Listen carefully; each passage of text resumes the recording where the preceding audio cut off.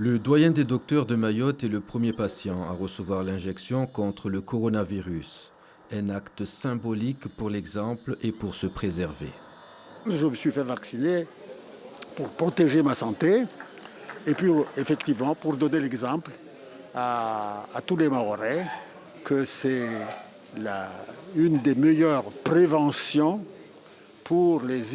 contre les épidémies, en particulier aujourd'hui le coronavirus. Même son de cloche chez ce professionnel libéral. Je ne suis pas du tout réticent au vaccin, non.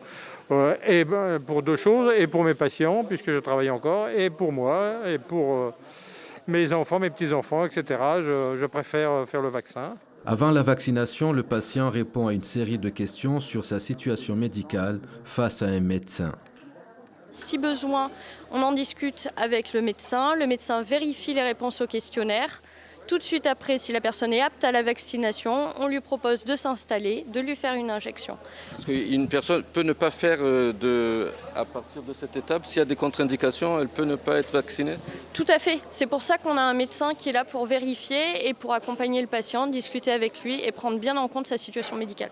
195 flacons sont arrivés à Mayotte, de quoi inoculer 975 personnes. Dans ce point de vaccination, seule la quantité du jour est déconditionnée et soigneusement conservée. Alors on a une traçabilité qui est très très fine en fait tout le long du parcours du vaccin. Il va arriver à partir du moment où on commence à décongeler, on va noter l'heure de décongélation. À partir de ce moment-là, on va avoir 5 jours pour les consommer. Puis quand on sortira une dose du frigo, on aura 6 heures à partir de sa reconstitution pour injecter les doses. 195 autres flacons sont attendus en fin de semaine. Les personnes vaccinées seront convoquées le 8 mars prochain pour la seconde dose, 42 jours après la première injection.